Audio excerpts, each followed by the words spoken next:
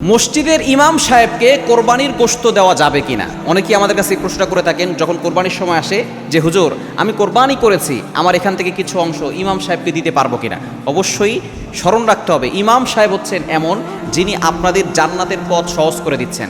আমরা অনেকেই কোরবানির সময় আসলে কোরবানি করি, কিন্তু দুঃখজনক হলো সত্য ইমাম সাহেবরা, মুয়াজ্জিন সাহেবরা তারা কোরবানি করতে পারে না। এর জন্য দায়ী কারা?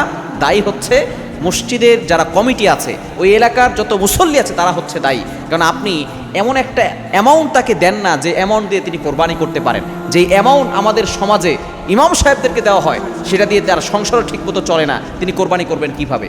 দুঃখজনক হলেও সত্য আমরা অনেক সময় কোরবানি দেই, নিজেরা ভালো খাই, কিন্তু হুজুরের জন্য দেখা যাচ্ছে যে সেই ভালো খাবারের আয়োজন আমরা করি না।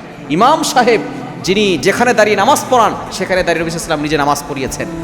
ইমাম সাহেবদেরকে নবী ইসলাম সম্মান দিয়েছেন, আল্লাহ তাআলা নিজে সম্মান দিয়েছেন, কিন্তু আমরা ইমাম সাহেবদেরকে সম্মান দিতে পারি না। অনেক সময় দেখা যাচ্ছে যে এটা আমরা কেমন যেন ইমাম সাহেবকে ভিক্ষা দিচ্ছে কোরবানির গোশত।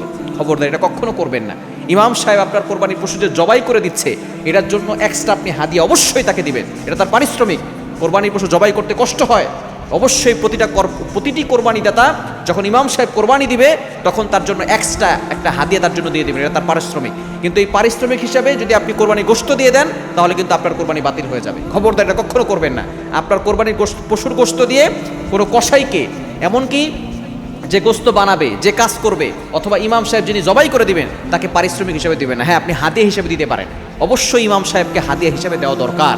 যারা কোরবানি দিবেন ইমাম সাহেবের বাসায়ও যাতে করে এই কোরবানি গোশত রান্না হয়, এজন্য আপনি সম্মানের সহিত আপনি একটা অংশ আলাদা করে, এটা তাকে সৎকা নয়, দান নয়, তাকে সম্মান হিসাবে এই গোশতটুকু তার জন্য হাদিয়া রাখবেন, যাতে করে তিনিও তার ঘরের ভিতরে আয়োজন করতে পারেন। এটা প্রত্যেকটা মুসল্লিদের করা দরকার, যাতে করে ইমাম সাহেবও সুন্দরভাবে ঈদটা উদযাপন করতে পারে।